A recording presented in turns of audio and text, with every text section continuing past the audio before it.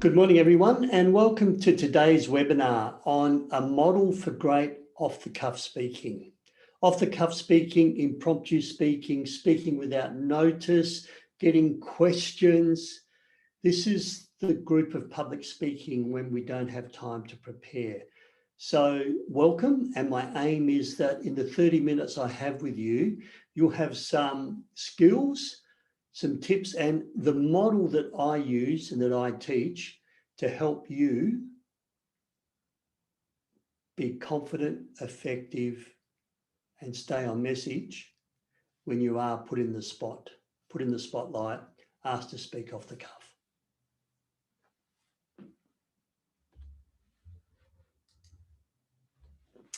How to participate into today's webinar is ask questions as we go. I'll keep an eye on the chat box. When you see my eyes down, I'm having a look at the chat box for questions, comments.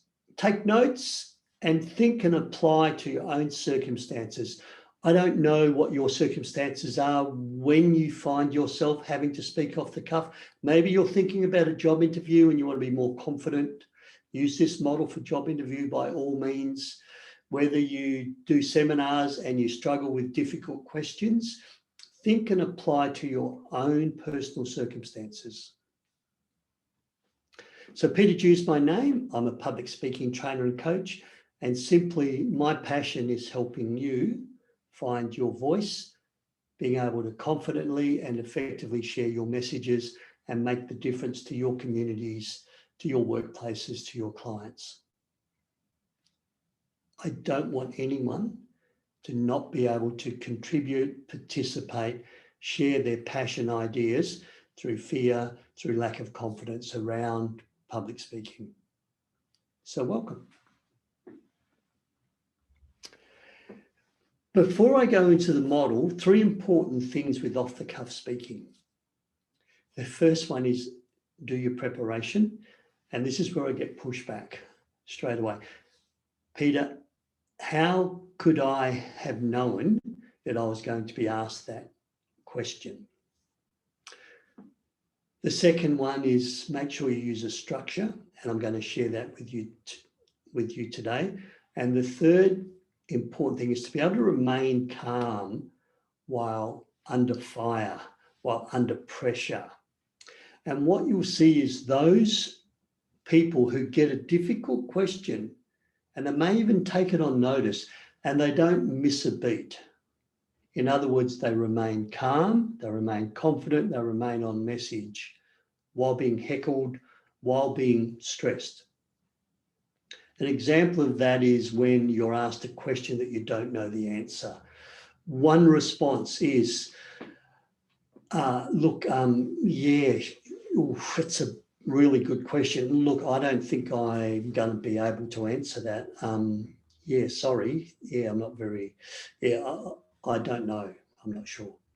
See how my demeanor, my non-verbal communication, even my eye contact may go to the ground. My body language shrinks as I go to maybe a fig leaf and, oh, you've got me. Here's another version of the same thing. Thank you for that question. That is a really good question. And I love your curiosity and your approach. Look, at this stage, I don't have that data or that information, but I have a colleague who's across that information. Let me find out and I'll get back to you within 24 hours. So the ability to remain calm while under fire, the job interview question that gets you, the heckler that gets you, remain calm while under fire. Preparation is around knowing who's going to be in the room. What questions are you likely to be asked? What question don't you want to be asked? Preparing a response for that. Going to a meeting, having a look at the agenda, having a look at previous minutes, anticipating some questions that might come. Going to a networking event, going to a conference, people are going to say to you, so what do you do? Tell me a little bit about yourself. You have your elevator pitch, your elevator speech that tells people what you're going to do, what you do. And while it's off the cuff, you've prepared, you know what you do, and you've thought about what if someone asks me, what do you do, Peter? If I'm at a conference, my response is one thing. If I'm now at a barbecue, I'm not with fellow scientists, fellow accountants, fellow nurses, fellow doctors. I'm now at a barbecue. So what do you do, Peter? Will be a different response to a professional conference. This is your preparation. This is knowing before you walk into a meeting, to a job interview, when you're doing a presentation, knowing what will happen. Welcome, Joanne. Welcome, Sally. We just got underway. I've done a little bit of an introduction. So 3 important things that underpin off the cuff, speaking off the cuff, 3 important things. Do your preparation. Who's going to be in the room? What do you have to anticipate? What can go wrong? What questions may you be asked? Have some responses prepared. What if you don't know the answer? Prepare a response. Use a structure, which I'm going to talk about in a moment, and remain calm while under fire. Remain calm while under fire.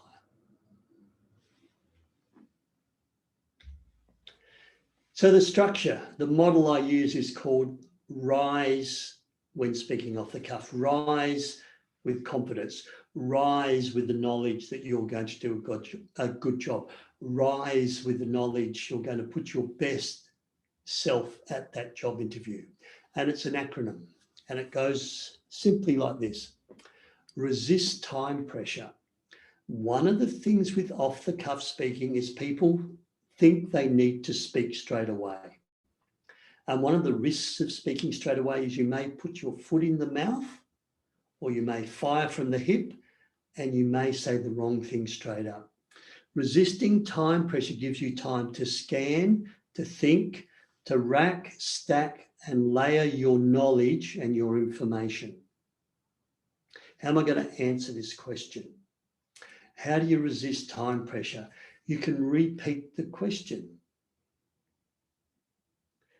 So, Peter, you've asked me, and we'll go to job interview example. So Peter, you've asked me when I've used my interpersonal skills to resolve conflict, and what did I learn from that particular situation? Is that correct? And the interview panel will nod back. During that time, I'm gathering my thoughts.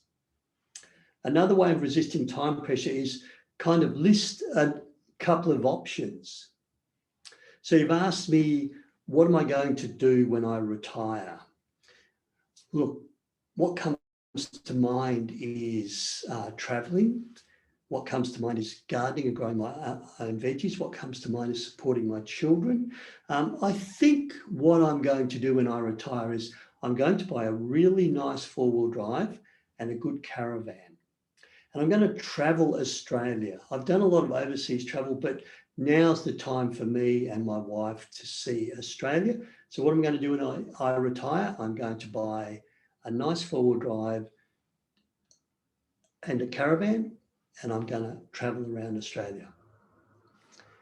I didn't know that until I listed a few things that were relating to what I was saying and enabled me to work out, okay, what am I going to do with my retirement? So resisting time pressure is about allowing yourself to gather your thoughts before you definitively answer the question. If someone asks your advice and your response is, well, no, I think that's a silly idea, you can't take that back. The answer is no. Whereas if you say, so you would like my opinion on whether letting some part-time staff go as a way of saving money and bringing us back on budget, if you think we should let some part-time staff go, that's what you'd like to know from me. I've got time to assess, am I going to do that hard no? Or am I going to soften my response? Because the person asking me that question wants my advice. So resisting time pressure allows you time to gather your thoughts, to breathe, remain calm. With off-the-cuff speaking, people don't expect an immediate, scripted, eloquent response. They understand the pressure, the bar is raised with off-the-cuff speaking. You haven't had 6 weeks to prepare your PowerPoint slides. You haven't had 6 weeks to prepare your introduction, your body, and your conclusion. This is off the cuff. You are allowed to take some time. The other way, of course, is silence, to pause before you dive in to answer the question. A classic example of not resisting time pressure is our previous Prime Minister, Tony Abbott, when he was asked by the media, what is he going to do when he meets Vladimir Putin at the G20 summit in Brisbane? So, Prime Minister, what are you going to say to Vladimir Putin? The response is, I'm going to shirt front Vladimir Putin. I'm going to shirt front Vladimir Putin. The press gets hold of it, goes around the world. Tony Abbott's perceived as an idiot. Australia is discredited because shirt fronting means something different around the rest of the world. Now, to Tony Abbott's credit, he needed to have a conversation with Vladimir Putin around the shooting down of the Malaysian Airlines flight over the Ukraine, costing 45 Australian lives. He needed to have that conversation. Once he said shirt front, you cannot take it back. So can I encourage you to get comfortable with buying a little bit of time before you definitively answer a question with off-the-cuff speaking. It just enables you to scan, to check, to see whether you're going to tone down your response. Is there anyone in the room you could offend with this response? How am I going to respond to this question? The second thing is to identify your point of view, and that's what the time, resisting time pressure, this space enables you to rack, stack, sort pros and cons to identify your point of view.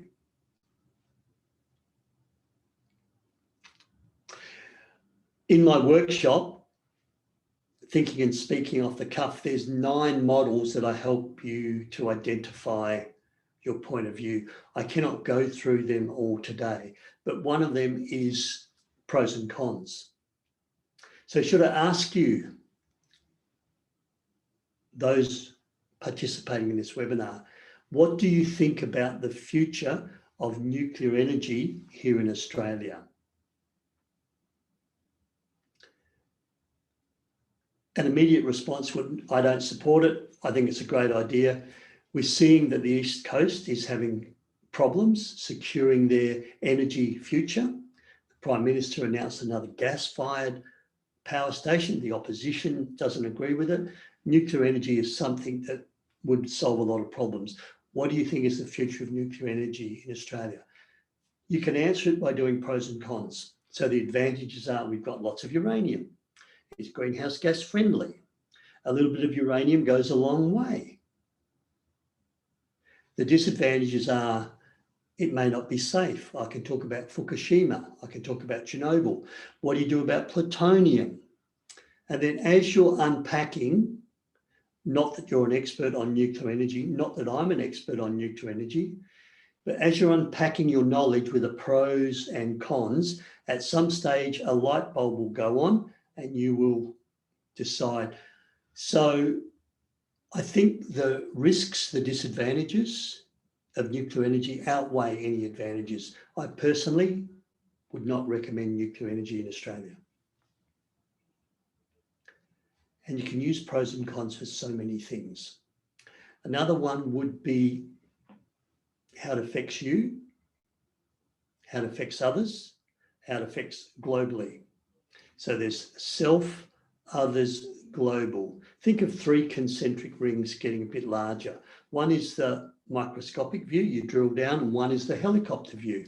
And sometimes, and you can decide those levels of the rings, how it affects you, how it affects your team, how it affects your organization. How it affects your team, how it affects your organization, how it affects your state. How it affects you, how it affects your staff, how it affects your clients. And when sometimes I ask you a question about downsizing, shedding some part-time staff, you might say, well, personally, I don't care. It doesn't matter to me because my job is secure, because I have tenure. I've been here for 10 years. I'm a public servant. My job is secure. Personally, I don't really care. In terms of my team, those that do lose their job, it's going to be really sad. And the others who remain are going to worry about job security. So from a HR perspective, we need to manage that really carefully. From our client perspective, those people that receive aged care services, our service delivery model is likely to fall over. They're not going to get the services they deserve. They require to be able to live their retirement life at home. So therefore, I would recommend we do not shed part-time staff. And sometimes when you get in the client's mindset, your response will be different to your own personal view. I don't care, it doesn't affect me. So there's all these models that you can use to identify your point of view. It's the resisting time pressure that helps you do that. The S in the RISE model, so this is resist time pressure, identify your point of view, is to structure your response. Common mistakes. People just say stuff. They get asked a question, they get asked, what do you think about this? Would you like to comment on that? And they just do that verbal diarrhea, that spray and pray, and they just say stuff. And people have no idea what your point of view is or what to make of your recommendation, because you've just done that verbal dump, that verbal download. So the structure I recommend, you will know this. It's the same as a prepared speech, beginning, middle, and end. But I use the 3 T's. T1, tell them what you're going to tell them. T2, tell them. T3, tell them what you've just told them. If I go back to nuclear energy, and we'll throw that question back to myself. So Peter, what do you think about the future of nuclear energy here in Australia? Thank you for that question. So you would like to know whether I think Australia should have nuclear energy or not. Buying time, repeating the question. I haven't said anything yet.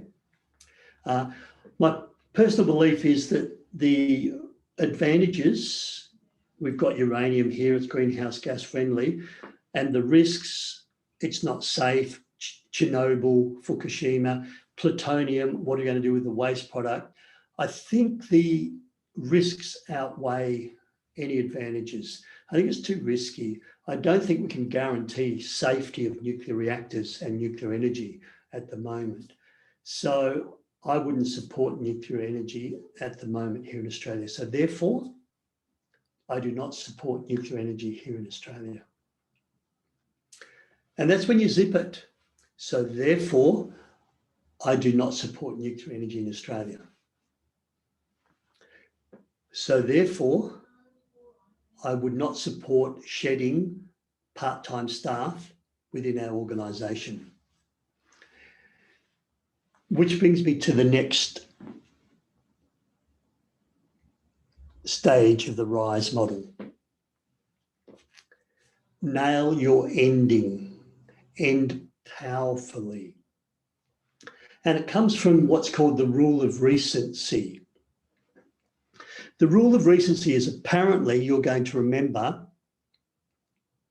the last words I say. So at 9 West Australia time, 9:29, 9:28, the last words I say need to reiterate or need to give you definitively what my opinion, what my advice, what my recommendation is to that question, to that off-the-cuff response. So the mistake that people make is they conclude, so therefore I do not support nuclear energy. But I do understand we've still got a problem here in Australia in how we're going to generate electricity. And, you know, oil and gas is seen as really bad. And yeah, so we've got to do something about it. There was my response. I do not support nuclear energy. And now I've talked and I've kept talking. So I'm taking you away from what I want you to remember. I've diluted my ending. So make sure when you finish, you nail your ending. I'm going to pause for a moment. Are there any questions?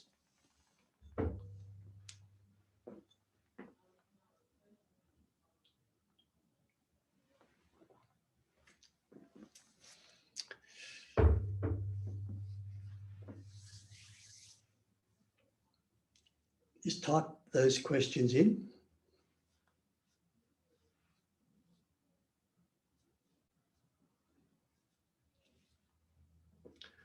All right, so one of the things that people ask me is, what do I do if my mind goes blank? There's two things that I think we can all do. One is we can take it on notice, especially if it's a complex question.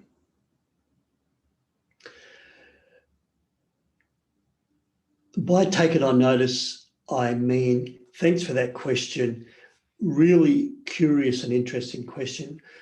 I'd rather find out the data and be absolutely specific and then get back to you. If you give me 24 hours, I'll get back to you. You cannot do that at job interview. You can't get back to the interview panel in 24 hours, but you can in most other circumstances. Conferences, you can get back to all the attendees via the conference organizer. My workshops, I can get back to everyone. I sent a workshop I did yesterday. They said how to deal with hecklers. I said, I've got a really good tip sheet. This morning, my tip sheet has gone out to all those people when I was asked how to deal with hecklers. It's a bit of a complex issue that I didn't want to dwell on in the workshop. The second thing is go back to core message. Generally, when we're asked something, there is one core message. So when your mind goes blank, go back to what that core message is. Some ways to end a powerful ending. So if you only do one thing today, how are you going to implement this new health and safety policy in your workplace? Ask them to do something. Many people end by saying, thank you very much. I'd call that a soft landing. If you only do one thing today, or I want you all to go home back to your workplace and, so this is a ask your audience to do something. End with a memorable quote. I often end with a quote that relates to fear of public speaking. Now remember, there's nothing worse than having words and messages in your heart that you're unable to speak because of fear. When's the next Perth workshop? Thank you for that question. When is the next Perth workshop? I don't know, Lynelle. Really strange thing, and I'm off topic just a little bit here, really strange thing.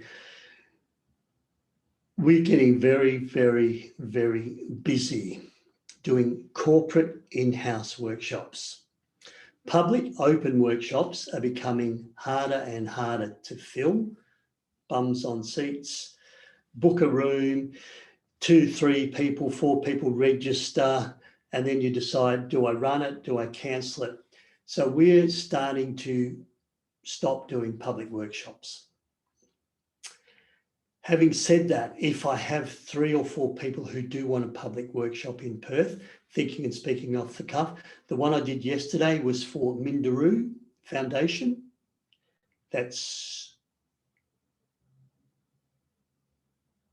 And my mind's gone blank. The Fortescue Metal Group's Andrew Forrest's charity, Minderoo, day before was part of the health department.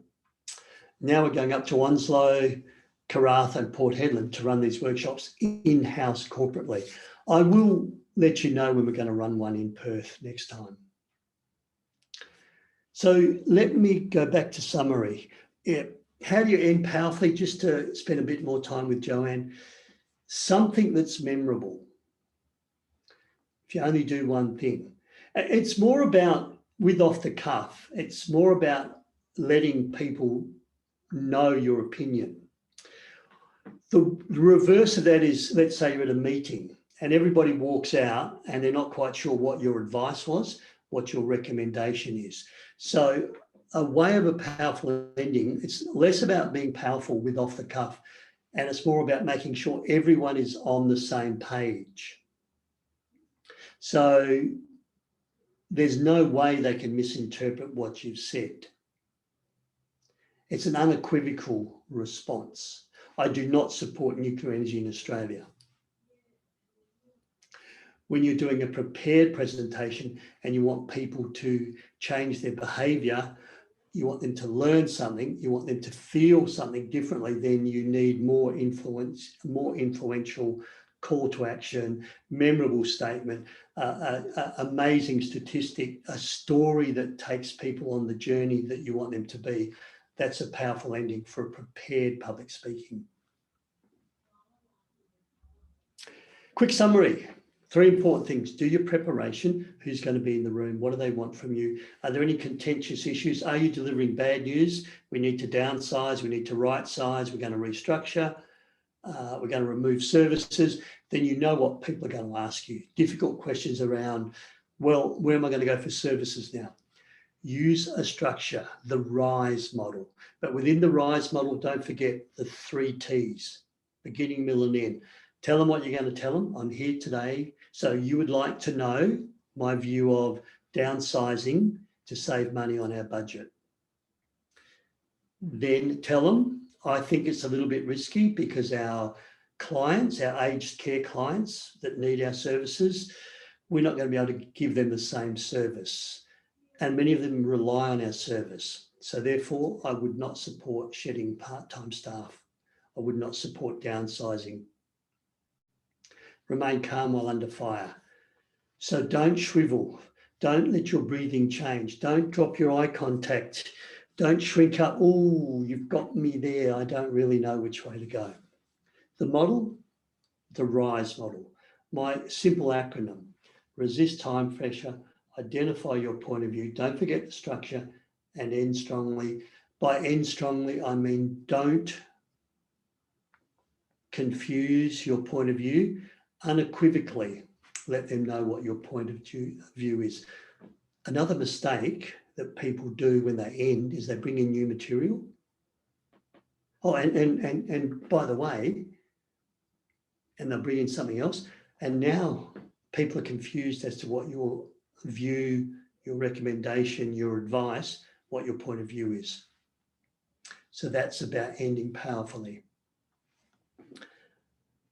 I do have webinars coming up, however, free webinars, 9th of June, the value of feedback. And preparation, key to off-the-cuff speaking, but how do you prepare for a prepared presentation? And some of that translates to thinking and speaking off the cuff. Welcome to attend those webinars. All my webinars I record and make available to those people who may not be able to attend. So if one of those topics suits you, date's bad, time's not good, just register and then say, Peter, can I have a copy of the recording? No problem. Share these with your colleagues and friends. They are free webinars. It's my way of giving back to the clients who attend my workshops, who help me earn my living. Workshops, Perth workshops, I am sorry, Linnell. Real Leadership for Women Masterclass in Karratha, that's coming up in a couple of weeks' time. Karratha, Wednesday the 2nd of June. Bendigo, 21st of July. I go Australia-wide. I will let you know about some Perth workshops. I'll try and get some up for you, Linnell. Any last questions before I finish? So remember, with public speaking off the cuff, use a structure and a model. For me, I like the RISE model. Resist time pressure, identify my point of view, use the structure. It's not a verbal dump. Use the structure and let people unequivocally know what your ending is. Nail your ending. My opinion is I do not support nuclear energy in Australia. Bye for now.